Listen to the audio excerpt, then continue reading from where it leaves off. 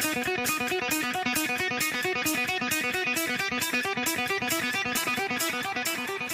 the first pick, Thunderstruck! Thunderstruck! Yeah, Thunderstruck! All right, here we go. Fantasy Rant is officially in off-season mode. We're talking Dynasty. We're shifting into a Dynasty focus here. Well, welcome into the Fantasy Rant podcast presented by Stadium Rant. Stadium Rant has great content on all social media platforms and YouTube, so make sure you check it out. This week, we're going to go over some recent NFL news and talk about the Dynasty players who may have had a disappointing 2023 season, but are poised for a bounce-back season next year. But to lead it off, we're going to just jump right into the NFL news here. We're going to talk about head coach vacancies, but let's all just be happy and celebrate this moment of the departure of Arthur Smith. I'm so excited for Bijan, Drake London, Kyle Pitts. Really hoping, honestly, that Mike Vrabel, another departed coach, ends up signing in Atlanta. But some other coaches that are fired, out of a job, they keep on labeling Pete Carroll. But Arthur Smith, Ron Rivera, Mike Vrabel, Pete Carroll, all fired or let go after a disappointing season. Then in the mid-season firings, we got Frank Reich, Josh McDaniels, Brandon Staley. This leaves the Falcons, Commanders, Titans, Panthers, Raiders, Chargers, and Seahawks with openings at the head coach position. Boys, let's say you're a head coach. I'm going to kick it off to Mason first. Of these teams, which would you want to join as a head coach? Which do you think is the best position to take over? As a head coach, I'd honestly probably want to be walking into Seahawks just because, that team's shown that it can be competitive. They got some QB troubles, but they got some good young pieces and, between JSN and Ken Walker. And I mean, DK still probably got some years. Quarterback situation, there's a little shaky, but if not that, Titans would be up there, but DeAndre Hopkins isn't a long-term option for the Titans. They might only have one more year with him. I really like Will Levis going forward. And maybe Chargers just because Herbert has produced enough to show the stats that he can be an elite quarterback. This is a good lead into Evan. Take it away, Chargers fan. Yeah, I would really pick the Chargers here. It would be like a very obvious choice for me. Unless I wanted a little bit more. I think the Panthers honestly, the new head coach has a little bit of security because how much worse can it get? And how much, are you going to be put the blame on if it isn't a successful campaign? I don't know. Frank Reich got out of there pretty quick. That's true too. So, but I just can't see how they would just keep it at a revolving door. Eventually, they're going to have to cement somebody in there too. Right. But the Chargers are the obvious choice, talent-wise and top 5 draft capital. Yeah, it's clear as day for me. Well, the Panthers won't because they traded away their first-round pick last year to the Bears. Either. So that's what I mean. Like, what do you expect from this head coach that's coming in? Whoever it is, like their expectations aren't going to be very high. Really quick, I'll jump in and also agree with you. I would take the Chargers as a head coach. I think that just alone having Justin Herbert, you can build around that. That's the biggest key component. And then on top of it, they have a top 5 draft pick. So, maybe highly doubtful, but maybe Marvin Harrison falls somehow. And even if he doesn't, I'll talk a little bit about this in our later segments here, but Malik Neighbors is also a very solid prospect that I do think will be there for them at number 5. Lee, what do you think? What would be your top option as a head coach? So before I get into my top, just a couple of counterpoints there. So the Chargers, I'm a little bit mixed on. They do have Herbert, but what else do they have? They have aging skill positions everywhere. They're $35 million over the cap right now. That's still a tough situation to walk into. Looks like their first round pick last year. It's early to say bust, but is he going to develop? Normally the standout receivers at least show some flashes in the rookie year. We haven't really seen that from Cuge. Yeah. The skill players on defense are, outside of Derwin James, who are the young, skill position players or defensive players that you're going to build around. The Panthers have fired 3 coaches in 4 seasons since Tepper was there. The last 2 mid-season over the last 2 seasons. So I don't know. He's the new Dan Snyder. It took Dan Snyder 10 years, 15 years of just going through coach after coach after coach to stop. Maybe Tepper does stop, but if Bryce Young doesn't take some major steps forwards, that one is a pretty scary job as well. Staying in the vein of picking our own team, I'm gonna argue for the Commanders, and the reason why, you've got the 2nd overall pick, you get to choose your quarterback essentially, or get one of the top 2. You have $85 million in cap space, the most cap space of any team in the league. You have 6 picks in the top 102 picks. Yep. So if you're a head coach coming into a situation where you really want to choose your guys and build something in your image, that's the one. On top of it, you've got new ownership, a guy who's notoriously patient in his other ventures as far as the NBA and NHL. So I think you'll get a lot of leeway. And you're coming in with a GM, so it would be pretty much a partnership there. So I see the Commanders as at least a top 2 or 3 job right now. Yeah, no, it's funny. The Stadium Rant Twitter put out this exact question. I commented, if I'm a head coach, I want the Chargers. If I'm a GM, I want the Commanders. You got all of the picks. I think one of the most picks of any team in the draft upcoming, and then the most salary cap. That's an incredible situation to walk into. You can have a field day. Even if you don't want to draft a quarterback, you can add Marvin Harrison to this already very nice wide receiver room. Make Jahan Dotson a 3. He's an incredible 3. Even if with him being underutilized, which I disagreed with this year, you would have an insane wide receiver room, and then you could bring Kirk Cousins back home, right? Washington, 1 year, 2 year deal. I'd be happy with that. I think that they could legitimately contend next year, at least for their division, if they went that route. But tons of ammo there. Our next piece of news, we have Aaron Rodgers. He was asked about his future. Aaron Rodgers said, "I like to be more than just. I would like this to be more than just next year." Talking about into the 2025 season, he has a dead cap. He signed through 2025, dead cap of $49 million in 2025. Do you guys think that Aaron Rodgers plays another 2 seasons? And if he does, is he going to be a top 12 quarterback? Let's just say next season. Honestly, I think that entirely depends on his performance in this upcoming season. Going down injured, missing the entire season besides 4 plays. At that age, that's not a good sign. If he comes in and shows any injury concerns, I don't see him playing, but I also still could, because if he does decent enough, he's got that Hall of Fame status that, I could see him, even if it's on some broken team, I could see him extending his career an extra be a top 12 quarterback by the end of next season, not in Dynasty, just finish as a top 12 QB. Do I think? Yeah. Oh, yeah. If he finishes top 12, I think he for sure will. No, I'm just asking, do you think he will be a top 12 QB next season in fantasy? I don't think so. I think Breece Hall is going to have a really great season next year. I think Rodgers being there is going to take a lot of pressure off of Breece Hall, and I think this offense is going to be very run heavy. They went and tried to pick up Dalvin in the offseason. That didn't work out. Dalvin's an aging guy. They might go pick up someone else. I think run game takes away from the pass game. Lee, what do you think? Well, I hope not. I hope next season is at the end. I'm tired of all the attention, the constant. He's Brett Favre 2.0. Will he retire? Will he come back? I don't think he'll be a top 12 quarterback. His numbers had fallen off quite a bit the last season in Green Bay. I haven't looked at this. I'd like to see the side by side to Jordan Love's numbers this year compared to what Rodgers were, last season. And I know they added some pieces, the tight ends, not Jaden Daniels. We're talking draft, but they added some pieces there.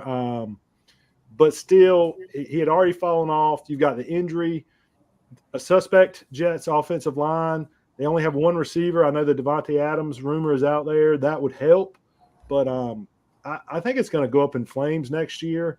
And knowing Rodgers the way, just the way we perceive him, he probably will come back because, he loves the attention and he doesn't want to go away. Evan, your Yeah, thoughts? I think the Jets are going to be a good team. I think that they could potentially squeeze into a wild card spot next year. Do I think he's going to be a top 12 fantasy quarterback next year? No, I don't. They win games a lot of reasons because of the defense, and if they could drain clock running the ball, like Mason said, I think that's going to be a big plan for them going forward, especially with an aging quarterback too. You don't want to kind of completely rely on his arm talent to take you to the playoffs. They're going to scheme for a lot of run plays and a lot of run scheme. Sorry, Cat's making an appearance up here. Honestly, to kind of add on to that, like Rodgers, an aging quarterback, what is so great about Rodgers is he honestly doesn't turn the ball over much. And, in that offense, when you got an aging guy, when you got a guy who can get those 10, 15-yard passes out consistently without throwing a pick on that late third down, it might be a very heavy run offense on first and second.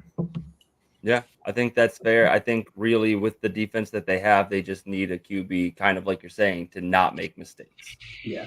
As long as Aaron Rodgers can be a game manager, I do think he could play another 2 years. Do I think he'd be a top 12 quarterback? No. So that'll kick us off to Mason, though, for our next piece of news here. All right, so some injury news, both relating to the Eagles. The first one we got is Jalen Hurts.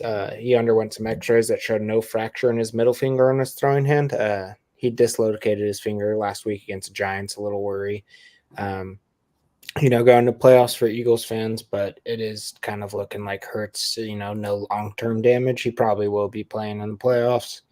And then the other Eagles injury, which is the one a little more worrying, is A.J. Brown, who he's undergoing MRI on his injured knee. He might honestly miss this next week, which could be big for the Eagles, in playoffs, but I don't see any long-term injury affecting necessarily his dynasty value, maybe a tiny bit. But, Eagles have been bad lately, and, they kind of need him, to be honest. Yeah, they can't afford for either of these guys to be playing even at 80% with how they've performed the last 6 games. Last 6 games, 5 losses, coming up against the Giants, Cardinals, Seahawks, Cowboys, and 49ers. 2 of those teams are great teams. The other 3, Seahawks, middle ground, Cardinals, and Giants, those are some tough losses, especially coming right at the end of the season. What do you guys think about this game against Tampa Bay, though? I kind of think this is an upset. I think Tampa Bay could take this game. It's been a popular pick. To me, I still think the Eagles might have enough to get past Tampa. I'm not a big believer in Baker, although he could throw for 400 yards against that secondary. But they are going to get the absolute dog walked on them against San Francisco if they do get past the Eagles. Assuming that if they get past the Buccaneers, assuming that there's not a bigger upset. But even Dallas, if Dallas is the second round matchup, thinking they're probably going to beat the Packers. I don't see them getting past the second round. Pretty interesting that there's been some Nick Sirianni rumors about him possibly being on the hot seat. I can't see him firing him after this season, but not just losing those games, they just got completely obliterated by the Giants. It was embarrassing. Yeah. That was so bad. I think that Tampa Bay could certainly upset them. That's definitely, and certainly more likely with these injuries coming into play too. Would I have thought that before? No, probably not. But I do believe in Baker. I do believe in that offense too, with Evans and Godwin and Rashad White tearing it up too. So it's a tough one. It's a tough one with these injuries now. It's kind of almost like 60-40. 60-40 in direction of Eagles. Eagles still? Okay, yeah. So this is not the Gritty Gamblers podcast. Go check them out. They got some great stuff over there. But I'm dropping a round robin bet this week. I think that if you like some upsets in a week, that's when to do a round robin. I think this week with 4 different games, even 5, I didn't drop the 5th because I'm a Browns fan and cannot choose against the Browns. But I do think that Tampa Bay has a good chance to upset the Eagles. I think that the Rams have a good chance to upset the Lions. I think that Dolphins and Chiefs, more likely that the Chiefs take that game. But there's a chance that Dolphins could come out on top. And then kind of same situation for the Packers. I think that the Packers, they've been catching at the right time here. I think that Dallas is a little bit streaky. And I didn't place this bet at all, especially with TJ Watt being out. But the Bills do always play to the level of their competition. There's never a guarantee in Buffalo. So if you like any of those games as an upset, do a round robin. I placed down $30 total. If all of the 4 picks I just mentioned hit, $240. And if even 2 of them hit, then I make my money back. So safe bet there, I think. We'll see how it goes. We'll see. Take a listen to the Gritty Gambler podcast on our YouTube channel here. They do a great job of making our fans some money. But that's going to kick it over to Lee. Lee, what you got? Oh, sorry. Go ahead, Mason. Onto the Eagles, how you're saying they've been 1-5 since they played the Niners. I think, Niners said something about how they showed the blueprint for taking down the Eagles, and there was a lot of slander for Bosa. I think it was Bosa who said that. There's a lot of slander towards him for saying that, but it really did. And I think teams have started figuring out Jalen Hurts, which, is a little worrying for Jalen Hurts going forward. I mean, I don't think Jalen Hurts is going to drop out of being a top 12 quarterback, but I mean, if teams are starting to figure out his play style, I might be dropping him a couple ranks, and for as long as quarterback rankings go for Dynasty. Yeah, that's understandable. He's still producing, though. He's still producing at a top level for fantasy. It's the rushing touchdowns that really give him that floor. Yeah. But he hasn't looked right throwing the ball most of the season. They were winning games early and people kind of ignored it. But, yeah, I mean, there was some signs early on that this wasn't the same Eagles team. You lose both coordinators and things are bound to change. And I think that's that, and the injuries on defense. I think one thing with Tampa, though, people are overlooking, they didn't look good at the end of the season either. They barely beat the Panthers in Week 18 to win the division. I think it was 9-0. I mean, a very ugly game. So I think that's actually probably the best matchup Philly could have gotten of the playoff teams as far as giving them a chance to win. Honestly, I'd pick any of the other 6 playoff teams to beat Philly right now, or any of the other 5. Yeah. As far as just that Tampa and Carolina game goes, I feel like the Carolina defense paired up well against Tampa Bay. They don't allow a lot of passing yards, and that's really where Tampa's got it done. They've had a really inefficient run game the last 2 years, even with Rachaad White being a reliable fantasy player. That's just sheer volume and passing volume. But the Eagles, where you beat them, is through the air. So I really think that Mike Evans and Chris Godwin have a huge game this week. But we'll see if Baker can step into the clutch and actually perform when it matters. Had a lucky first playoff start against the Steelers where they immediately snapped the ball behind Roethlisberger's head, and we just ran that in for a touchdown. So didn't Ben throw like 6 or something in that game too? Because I know it was 21-0 and zipped like immediately. Yeah. Couldn't have been happier. All right, Lee, you got it from here? Yeah, so, I mean, I want to jump into, to me, might be the biggest injury question of the weekend. Sam Laporta, there's an outside chance he's going to play. It's a tough matchup for the Lions to draw the Rams. Honestly, I could see them making a run all the way to the Super Bowl, but they got to beat the Rams first. Laporta has been – along with Amon-Ra, the best 2 receiving options on the team. He just broke the rookie tight end records for touchdowns. I don't know if it was yards and touchdowns. I know it was touchdowns. Matt Stafford coming back to Ford Field.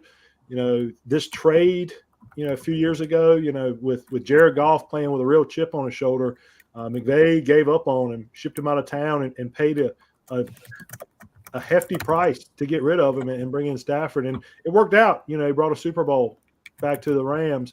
But I see Jared Goff playing one of his best games of the year. I think with or without Laporta, I'm going Lions in this one. To me, Jared Goff has the more to prove. Stafford's already got his ring. He's played really well this season.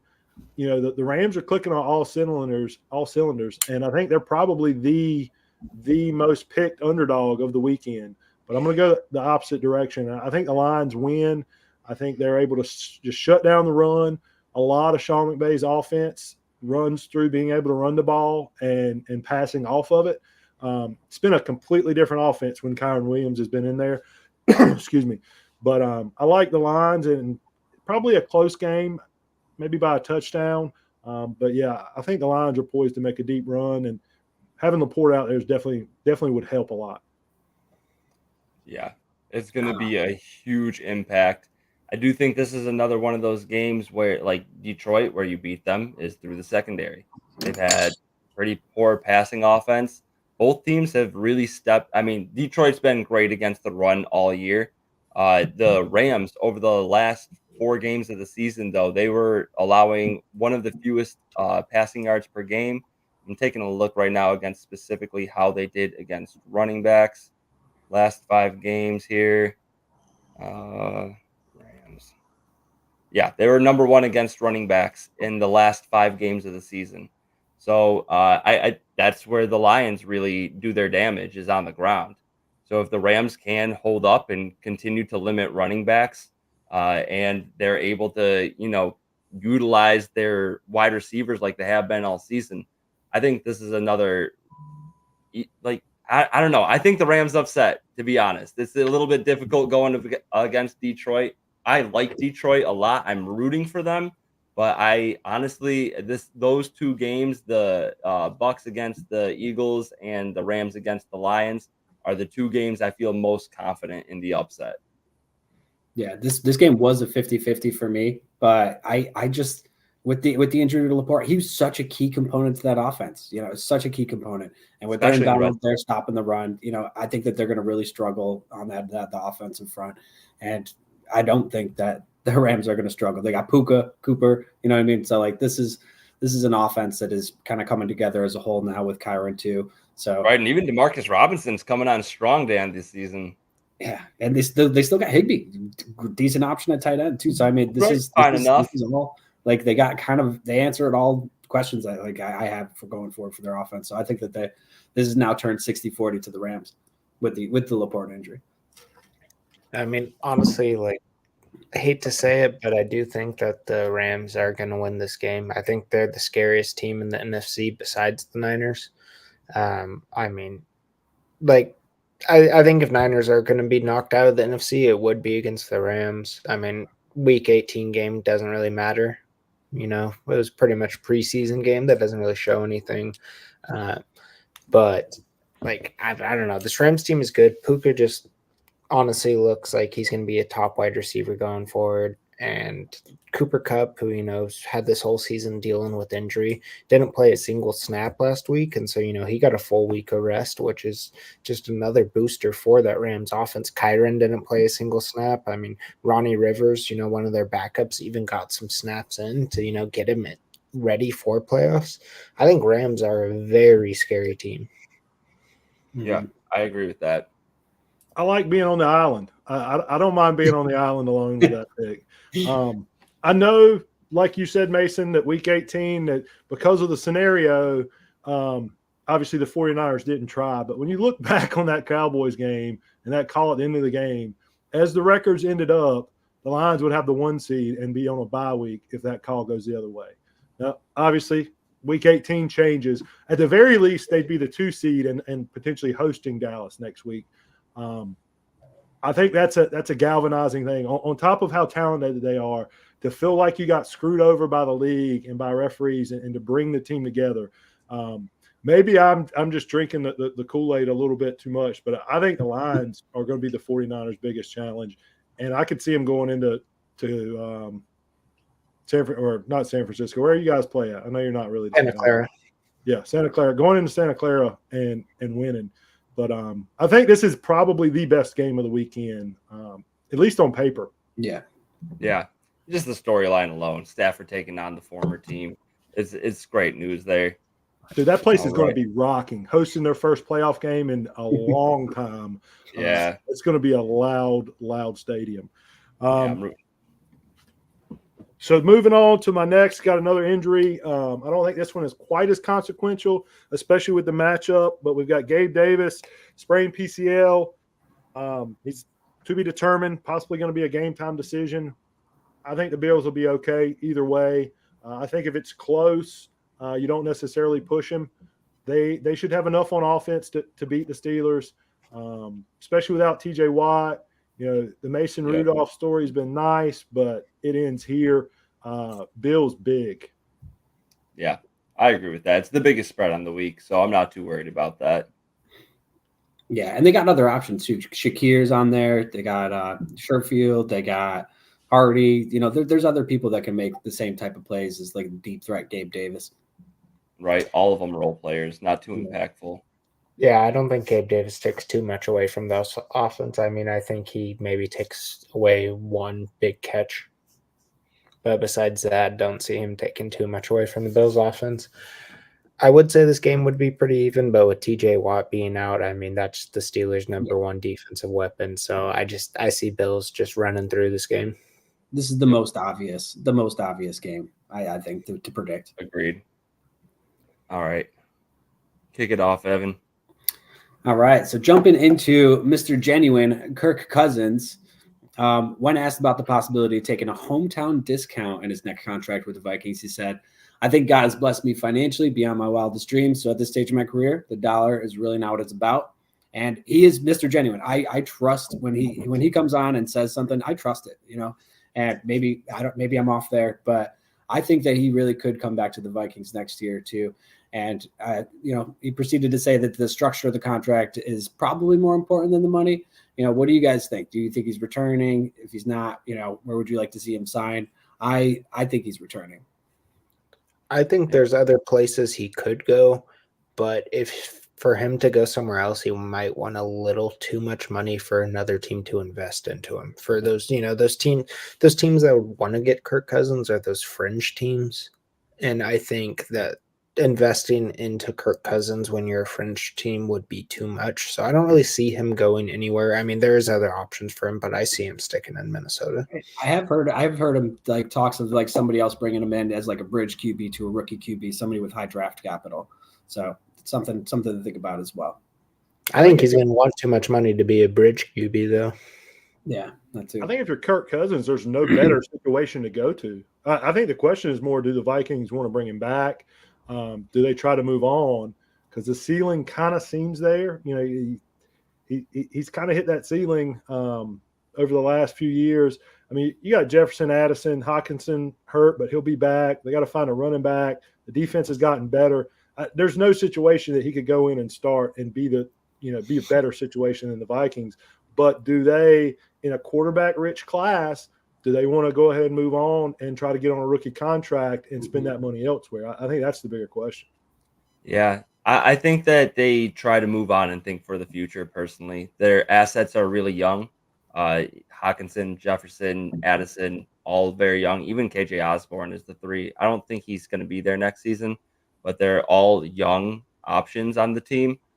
Personally, I think if he does go to any other teams, the top teams that I think would be a good situation for him, Commanders, Steelers, Raiders. I think all of them are close enough to competing, and especially in their mind, like you got to think of it from their standpoint. You know, I think all of those teams think that they're a short turnaround and they have the wide receiver weapons already there to make it happen, or good defenses.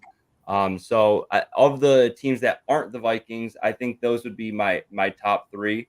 If I'm ranking them specifically, Commanders, I think, would be a phenomenal situation.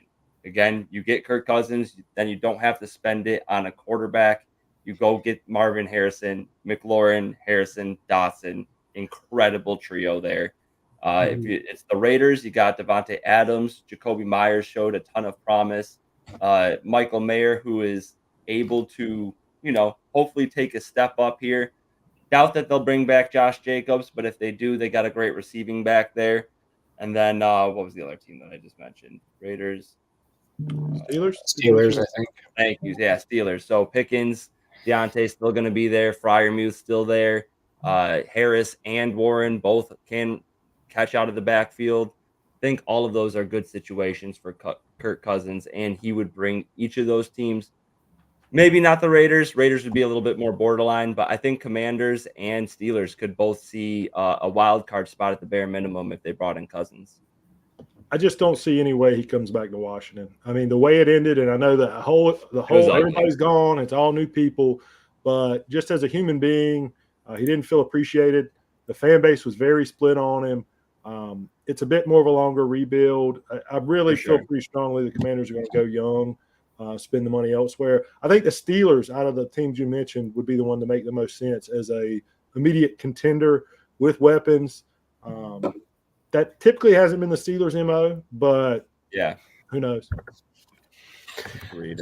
I mean, I could see the Raiders being a decent spot, but I expect the Raiders to kind of blow up entirely. I mean, Devontae's probably going to be gone. Josh Jacobs probably going to be gone. I could even, if they do that, I could even see them trying to trade Jacoby Myers. I don't see Raiders for Cousins, and because they got to still deal with that Jimmy G contract. Yep. I don't think they do, though. I think they got an out on that contract. I can take a look into that really quickly, but I think the whole thing why they sat him is because they have an out. If they outside of like injury guarantees, I think that they had an immediate out in that contract. I'm not 100% sure on the contract, so they might, but let's see here. Okay, so 2024, he has a cap hit of 27 mil. They wait until after June 1st. It's only a 12 mil dead cap. I think they get out of it. It's a cap saving of roughly 12 million. Yeah, they didn't play him. I mean, they'll probably cut him if it saves that much. Then yeah. All right, so that's going to do it for the NFL news this week. We're going to jump into our Dynasty bounce back players. If we have time, we'll touch on all four positions, but right now we're going to focus on quarterback and wide receivers. Mason, we were pretty much just talking about it, so let's just jump right into your quarterback Dynasty bounce back player. So my quarterback bounce back is Kirk Cousins. One to go Burrow here, but you know the injuries. Everyone knows Burrow is still going to be top value. So Kirk Cousins, I mean, like we were saying, I think he does have a spot on a team. I think a lot of people were looking at him in Dynasty this season as only a 1 year option, maybe 2. I think he has more years than that. Whether they're going to be top 12 numbers, who knows? But I do think that, you know, he does have 3-4 years where his value, where he's going to sign a contract this offseason that I think is going to be at least 3 years and give him, you know, some solid ground where, you know, if you're a competing team in the next couple of years, he's going to be worth it. Mm-hmm. Yeah, no, I love that too. And I think he, like I said, I think he stays with the Vikings. I think it makes a lot of sense. They do have a ton of young guys, but those guys aren't really developing. Those guys are ready. Those guys are playing like vets. So I think that this offense is ready for just somebody to step in and take them to the playoffs. And I think Kirk has that potential. Right. Imagine if they add a viable running back too.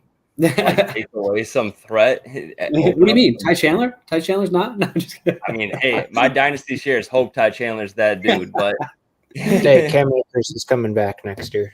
Okay. Yeah, we'll see. I've talked plenty about Cam Akers over the course of the season. Please don't look back at the tape. You don't need to do that to yourself. All right.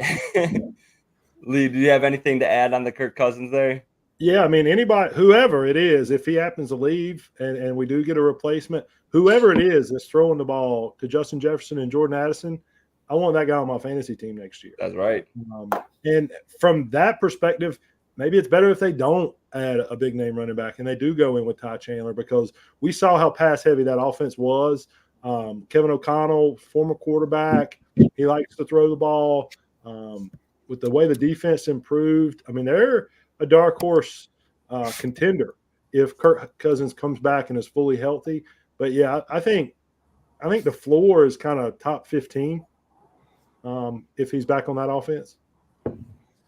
Yeah, no, easily. He was on pace to be a top 6 quarterback, I believe, by the time he left. So tough injury to swallow there, but easy bounce back candidate. Lee, let's kick it off to you here, guy that was a little bit less injured. I liked your pick here. Yeah, I'm going Trevor Lawrence. He finished as the 12th quarterback on the year, so it wasn't awful. But if you owned him, it was pretty bad. There were a lot of very average to below average weeks. If you look back at the game log, he had 3 games all season where he scored at least 20 points. It was a run. It was 3 straight, weeks 11, 12, and 13. Outside of that, he was in the middle teens for most of the season. The Calvin Ridley question mark is there, but there's still some weapons regardless. Christian Kirk should be back healthy. You know, Evan Ingram has had a late career resurgence. You've got a run game there. More than anything, 2 receptions off of the record there. Yeah, I mean, how do you not get that record when you're that close? Dude, right? Feed Give that him man the the double ball. screen. Do something. But I believe in the coach. I believe in Doug Peterson, and more than anything, it's the talent that I believe in. He's still a young quarterback finding his way, more consistent play, eliminating some of those bad throws. But he's a guy who he just has so much talent. Whether Ridley's back or not, I like Lawrence as a top 8 quarterback next year. And I've got a lot of dynasty shares, so that there is some rooting interest there. But I think he has a bounce back season, and in his 4th season really takes that step that we thought was coming this year. Yes, I fully agree with that. It's the number 1 quarterback that I'm going after in trades right now, just because of that fantasy finish. And to your point, like you were saying, he had that one streak in week 11 through 13 where he's QB 1, 6, and 5. Outside of that, QB 8, 32, 19, 16, 16, 11, 10, 17, 31, 21, and 26. God awful numbers. And if you hung on to him through those first 10 weeks, you were probably dropping him right before he was taken off. That was actually one of the case in one of my 11 leagues there. So I know the pain of rostering Lawrence this season. What do you guys think? I think I do think that really, like, they either got to keep him or replace him. If they just completely take him out and don't replace him, I think that he will have about a similar finish or potentially even worse than this past year. So I do think that that's a little bit more of a valuable piece to that offense, and having that wide receiver 1 to take away some double coverage and open up some of the other players on your team. I think that really is vital. So if they don't keep or replace him, I don't have as much faith in Trevor Lawrence next year. But I do have faith in him long term. Okay. I'm gonna be honest, and I'm gonna be someone who says I don't think Trevor Lawrence is the value of where he's being drafted in dynasty startups. I mean, I think T-Law, is he going to be a long-term NFL quarterback? I do think so. Do I think he's ever going to take that elite step? No, I really don't think T-Law is. I think this was kind of his year to really prove that. Year 1 for Lawrence was nobody takes that one seriously with Urban Meyer. Urban Meyer. That was just a mess. Year 2 looked good. And then this season, I mean, I could see him. Year 2, what he did, I see that being Lawrence's top ceiling. I don't ever see him being a true elite, fantasy quarterback. Okay.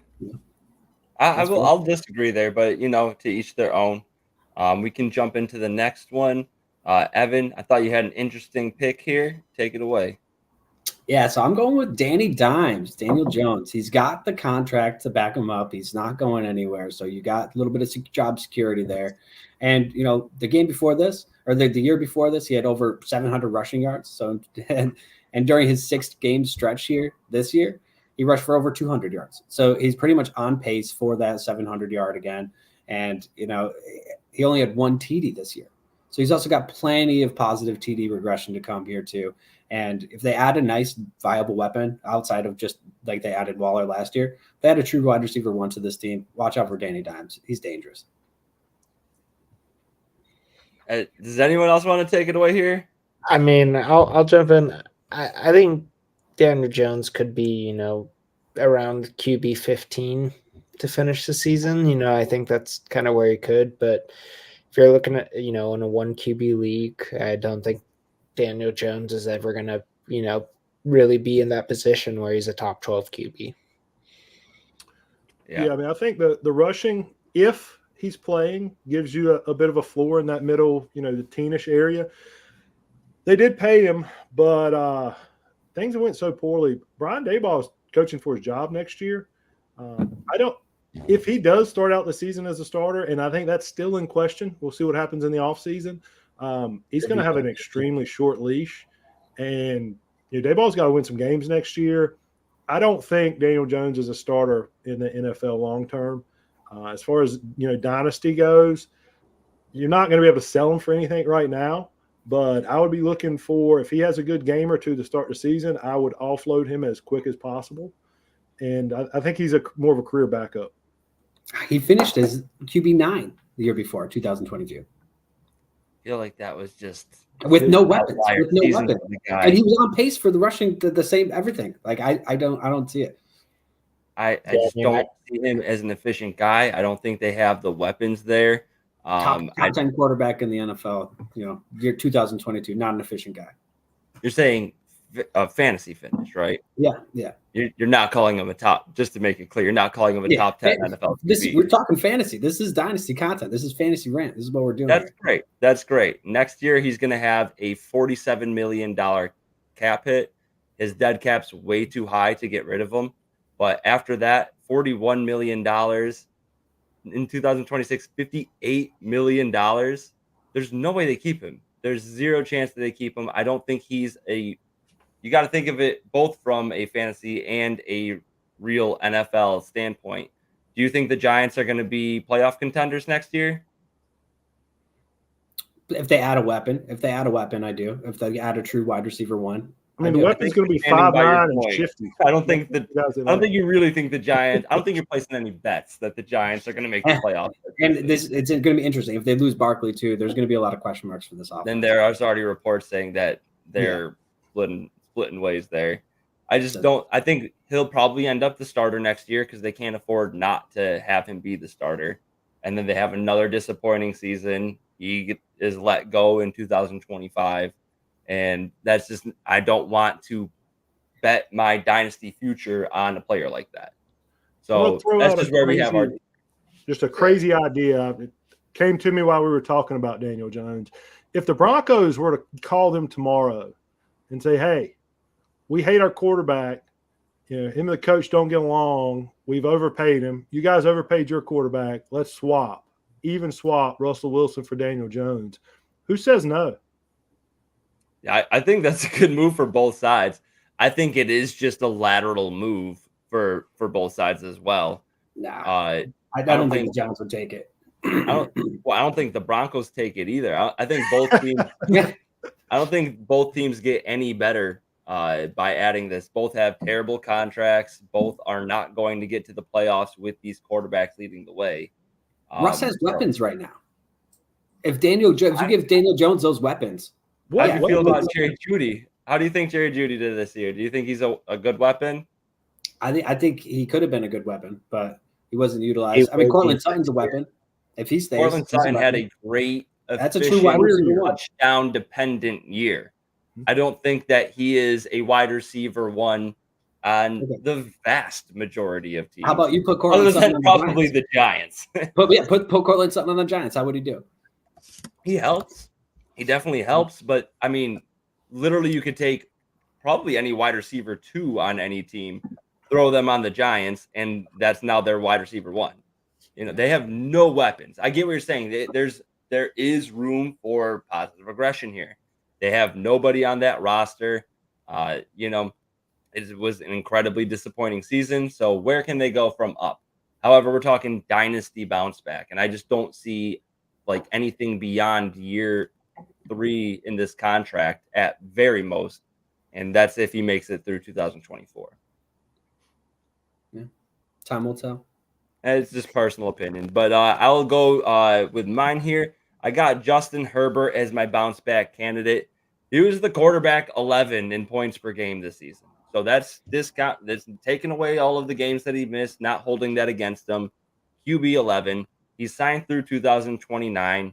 Has a dead cap of $50 million in 2027. He's not going anywhere. Kellen Moore. We got rid of the head coaching problem. Kellen Moore is still there. He has been interviewed for the head coaching job. I personally hope that they keep Kellen Moore as the OC and then bring in I'm blanking on his name right now. The Lions offensive coordinator. Thank you. Yes. So I hope they bring him in. Just two elite offensive minds taking over in this offense.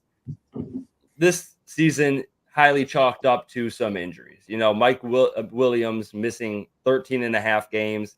Keenan missed 4 games. Joshua Palmer missed 7 games. QJ had a disappointing season. Eckler missed a few games and was a shell of himself when he returned. The one thing here, Lee, you mentioned it earlier, is the salary cap. They are $35 million under the salary cap to start the season. Over. I'm looking at it right now. It says $35.4 million to start the season in salary cap that they're under. But regardless, it's going to be a couple of quick moves, I think, to get rid of that deficit. If they cut Khalil Mack, that's $23.2 million in cap savings. They cut Mike Williams, that's $20 million in cap savings. With those two moves alone, they go from 35.4 under to roughly about 8 mil over the salary cap, and that's just 2 moves. With Khalil Mack being older, Mike Williams being older and injury prone, I think they could easily make the move of cutting Mike Williams and then replacing him with Malik Neighbors at the number 5 pick. I think that would be huge for this offense. Keep Keenan Allen for another year. Have Neighbors grow into a role. Hopefully QJ can at least be a effective field stretcher. Take the Mike Williams role, run a bunch of verticals, throw up some prayers every once in a while. He should be able to come down with a few of those.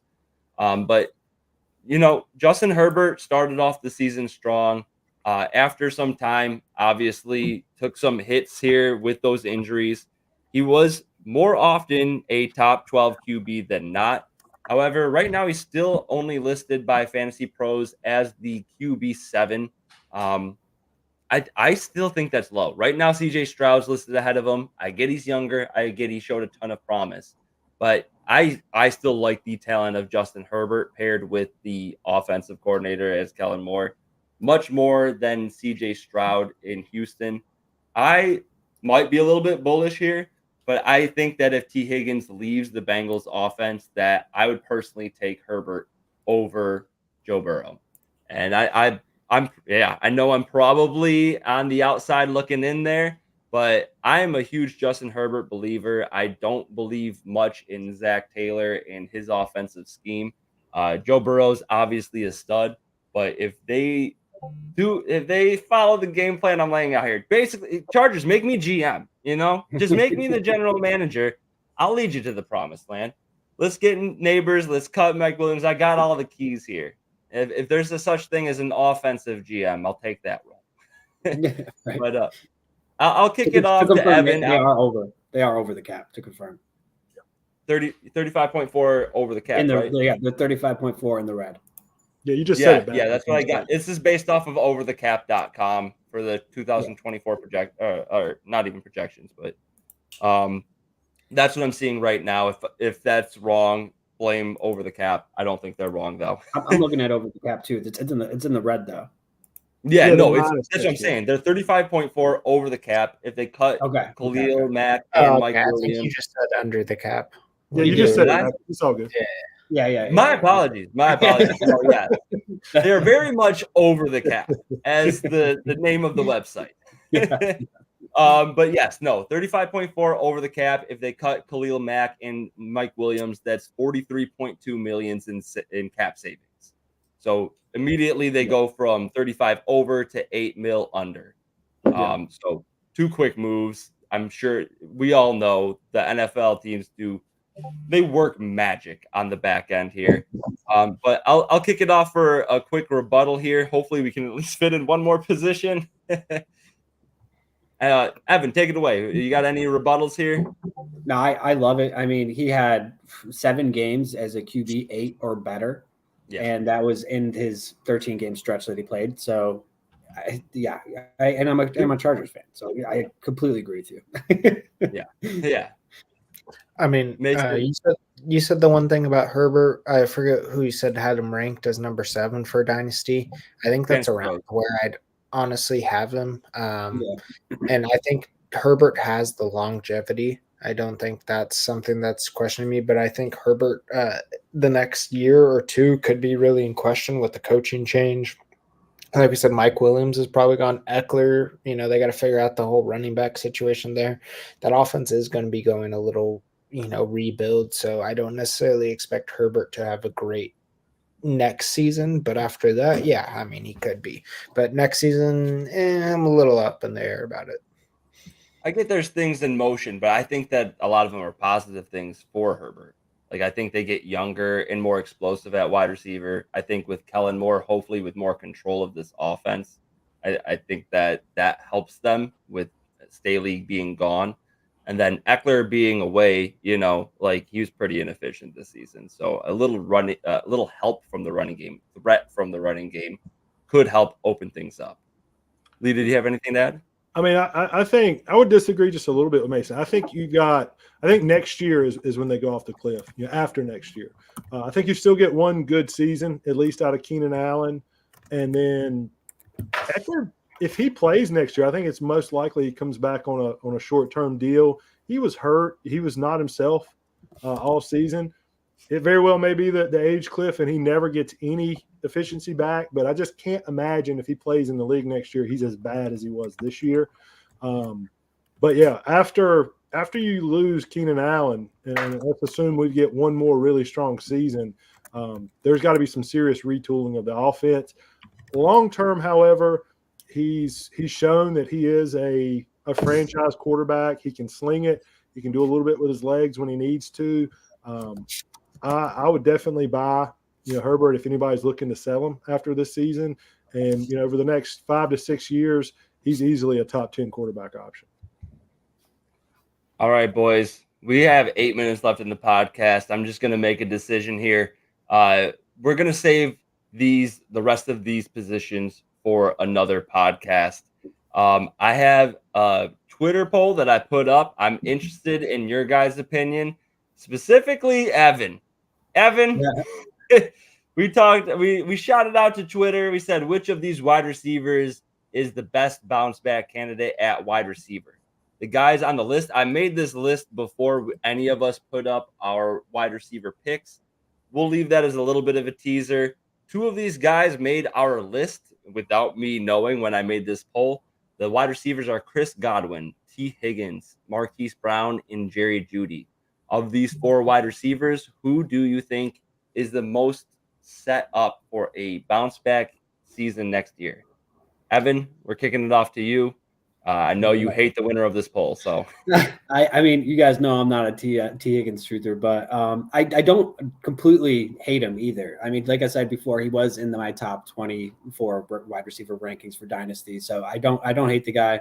But he also showed some promise too. He was a top 15. He was number 15 actually with the most yards per catch. Who do you guys think actually was number 1 on that list for yards per catch? Wide receiver. What season? Is there any cap or amount of like snaps played, targets? Minimum of 1.875 receptions per team. Is it Ayuk? By player. Hold on. What was it's not Ayuk. Minimum of 1.875 receptions. 1.875. So any receiver just needed 2 receptions to qualify? To average that throughout the season. Oh, throughout the season. So let's just call it 2. That's 34 receptions per game. I'm going to say Rashid Shaheed. No, he's under T. Higgins. Or actually just one ahead of him. One ahead of T. Higgins.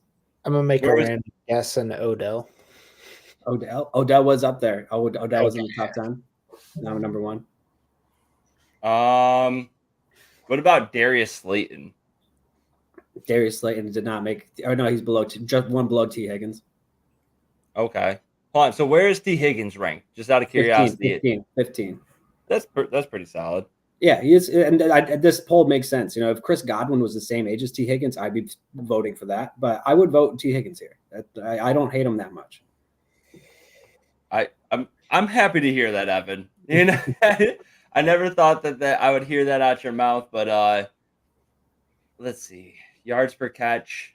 Lee, what do you think over there? I've been racking my brain.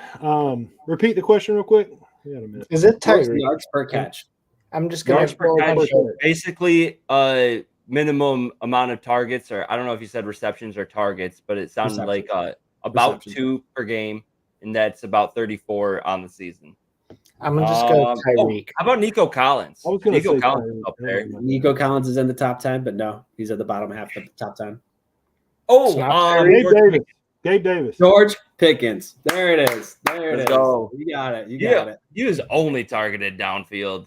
I Mason, don't think I ever saw it. I'm surprised Mason didn't guess Brandon Ayuk, number 2.